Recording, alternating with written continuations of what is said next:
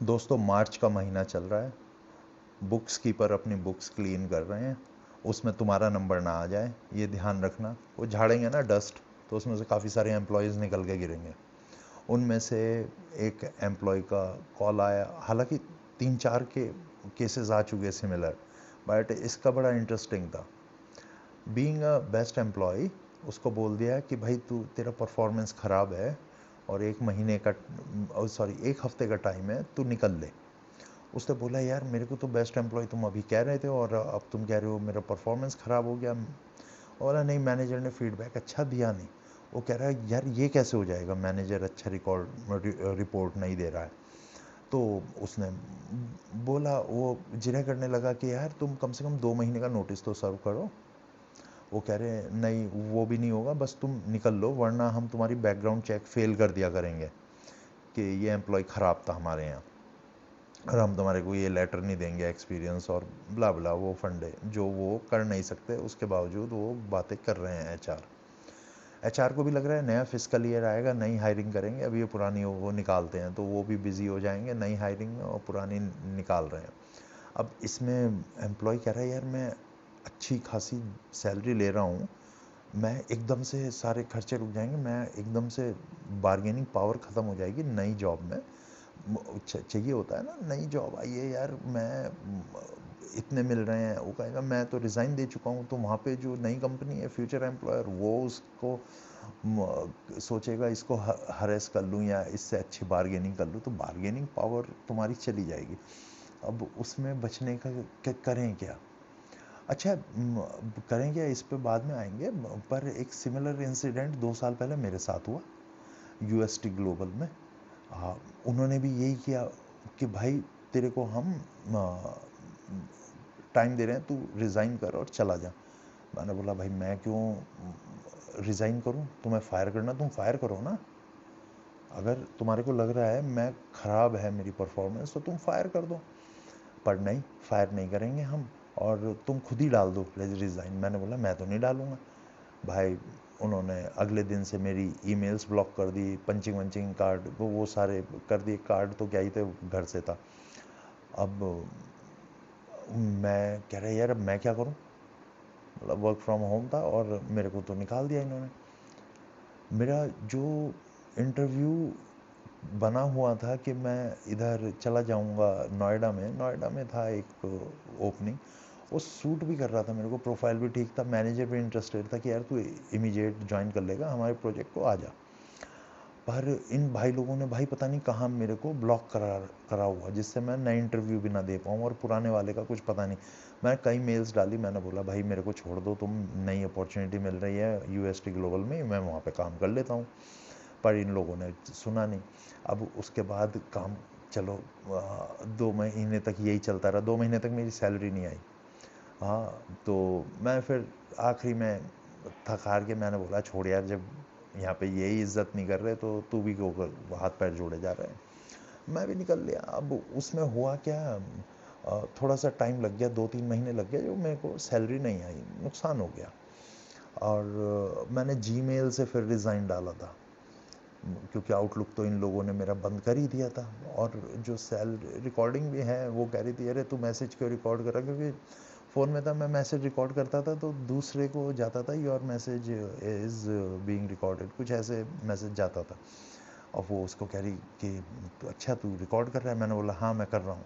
क्या है तुम नहीं कर सकते, मैं बोला मैं करूँगा। तो उधर से एचआर कह रही है कि हाँ तो कर लो। मैं बोला तो कर ही रहा हूँ मैं, अब बोलो। तो वो फिर वही कि because of your bad performance हम तेरे को फायर कर रहे हैं। मैं बोला भाई करो। वो सब हुआ नहीं। रिकॉर्डिंग पता नहीं पड़ी होंगी नहीं पड़ी होंगी, अदरवाइज़ रिकॉर्डिंग भी डाल देता मैं। ढूंढनी पड़ेंगी, पुराने फ़ोन्स में होंगी। फिर उसके बाद मेरे को मिल गया लेटर वेटर जो भी था, सारा एक्सपीरियंस लेटर ठीक है, मैं भी निकल लिया। मैंने बोला छोड़ो, जहाँ अपनी इज्जत नहीं वहाँ क्या ही करना। अब वहाँ पे अब वापस आ जाते हैं भाई के ऊपर पास। अब भाई को भी यही सारी दी हुई हैं, तो धमकियाँ, उसका भी सिमिलर केस। अब ये फरवरी मार्च में ही होते हैं ये सारे केसेस, जो एम्प्लॉय की परफॉर्मेंस रिव्यू होती है, क्योंकि यहाँ पे मार्च से मार्च अगर तुमने किसी तरह सर्वाइव कर लिया तो बहुत ज़्यादा चांसेस हैं अप्रैल में बच जाओगे। सर्वाइव इन द सेंस कि मतलब आपको कोई वार्निंग इशू नहीं हुई। वार्निंग लेट से फरवरी में मार्च में इशू हो गई तो तुम्हारा जाने का चांस पक्का है। अब मैं करता रहा, मैंने बोला ठीक है तुम बताओ क्या करा जाए। तो कह रहा सर मैं तो छोड़ूंगा नहीं। मैंने बोला बिल्कुल मत छोड़ो फिर। अब इसमें वो करे क्या, एक तो जितनी भी ईमेल्स करी हैं एप्रिसिएशन वाली ईमेल्स हैं सबकी पीडीएफ बनाओ, प्रिंट आउट लो, रख लो अपने पास फ्यूचर रेफरेंस के लिए। इन्हें करने दो ये एक बार जरा ये करके देख लें कि हाँ बैकग्राउंड चेक फेल और ये सब। पंच आवर्स पूरे 9 आवर्स के डालना, जब भी आप कर रहे हो तो 9 आवर्स के पूरे पंचिंग कर देना। ये ना हो कि आप छोड़ दो उन चीज़ों को ना कि ऑफिस ही नहीं जा रहे, नहीं, उनको कोई आप वो ग्राउंड मत दो जिस पे वो बच पाएँ।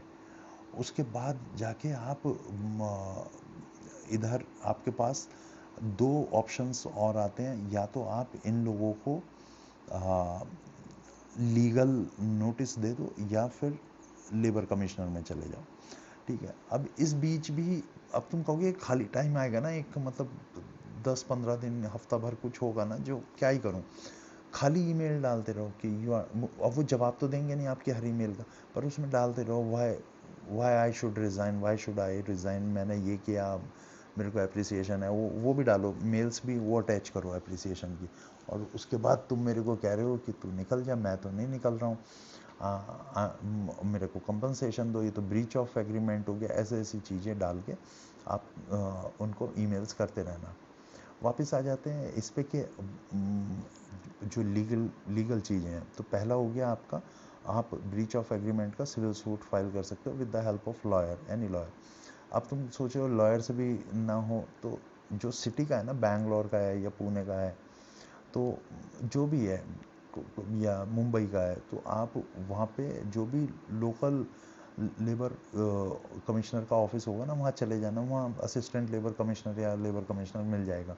वो 2-3 दिन हो सकता है तुम्हें चक्कर काटने पड़े, पर वो मिल जाएगा। वहाँ पे पूरी फाइल बना के लेके जाना अपनी ना, प्रिंट आउट्स के साथ, और उसमें अपने इश्यूज़ भी मेंशन करना कि मेरे को कंपनसेशन नहीं दे रहे हैं और ये मेरा ट्रैक रिकॉर्ड ख़राब करने की कोशिश कर रहे हैं और कह रहे हैं बैकग्राउंड चेक भी फेल कर देंगे और मेरी हेल्प करो। तो वो फिर काम करती हैं, वो लेबर कमिश्नर एक बार बोलेगा तो ये सारे सीधे हो जाएंगे। और दूसरा वो सिविल सूट है, वो थोड़ा लंबा चक्कर पड़ सकता है, उसके लिए बेटर है किसी एडवोकेट से ही मिलना, वही आपको बेटर एडवाइस दे पाएगा। और ये दो चीज़ें में से कोई भी एक ऑप्शन ले रहे आपका काम बन जाएगा। बट हाँ, मेरे से पूछोगे तो लेबर कमिश्नर वाला सबसे जल्दी काम करेगा, क्योंकि उससे ये डरते भी हैं और वो काम भी करता है। ठीक है, तुम मेरे को सैलरी नहीं दे रहे तो उधर ज़रा तुम पैसिफाई करने की कोशिश करो उन ऑफिसर्स को, उनको समझा लो फिर तुम। मेरे को तो पैसे नहीं दे रहे हो ना, वहाँ वहाँ पे उन्हें समझाना, वो जब वो आएंगे तो वो फिर आसानी से नहीं समझेंगे, वो इन पे एक्शन लेंगे, जैसे भी लेंगे, वो उनके राइट्स होंगे, वो मेरे को भी नहीं पता वो क्या क्या काम करेंगे उस टाइम पे। तो उनका जाना ही बहुत है, वो एक फ़ोन कॉल या ईमेल भी डाल देंगे तो भी वो फिर हो जाएगी, बात बन जाएगी। अगर सिविल सूट डालोगे तो भाई इसमें जो एचआर है ना, उसको उसको भी एक पार्टी बनाना है। एक तो एचआर बनेगी, एक उस मैनेजर को बनाना जिसने तुम्हारा ट्रैक रिकॉर्ड ख़राब करा, और एक इस कंपनी को बनाना। 3 पार्टी बनाना, इन्हें जरा कोर्ट के 2 चक्कर लगवा दो बस, उसके बाद सब सही हो जाएगा। और ये सारे काम ना ये छोटी कंपनीज ही करती हैं, जो 100 एम्प्लॉयज़ की हो गई, 50 एम्प्लॉयज़ की हो गई, 200 एम्प्लॉयज़ की। मेरे को समझ में नहीं आया वो यूएसटी इतनी बड़ी थी उसने क्यों कर दिया, अदरवाइज़ बड़ी कंपनीज ऐसे नहीं करती कि ठीक है 1-2 महीने की सैलरी जा रही है, इससे पीछा छूट रहा है, छुड़ा लो, वो वाला सिनेरियो होता है। पर ठीक है, वो लोग भी नई मूड में होंगे तो कर गए वो काम, अदरवाइज बड़ी कंपनीज दे देती हैं कंपनसेशन और एटलीस्ट नोटिस तो सर्व करवा ही लेती हैं। तो इन चीज़ों को आप थोड़ा सा देख लो, डरो मत यार। और मेरे को सही लगा वो कह रहा है मैं तो स्टैंड लूँगा, अब वो बहुत ज़रूरी है, अदरवाइज़ चीज़ें तो फिर हाथ से बाहर निकल जाएंगी और फिर कोई पॉइंट होगा नहीं ना। जब एक बार तुमने रिज़ाइन डाल दिया तो वो 1 हफ्ते में ही निकाल के डाल देंगे। नहीं, इनसे पूरे 2 महीने का सर्व करवाओ, 3 महीने का सर्व करवाओ, पूरा नोटिस। तो यहाँ पे नोटिस पीरियड, मैं पिछले वीडियो में बोला था, फ़ायदा भी होता है, हमेशा नुकसान नहीं होता नोटिस पीरियड का। कहते हैं 3 महीने का नोटिस पीरियड, तो गवर्नमेंट बेवकूफ़ नहीं है, गवर्नमेंट 15 दिन का भी कर देगी, गवर्नमेंट 1 दिन का भी कर देगी, पर क्या तुम रेडी हो उस सिचुएशन में जब कंपनी हटाने पे आएगी?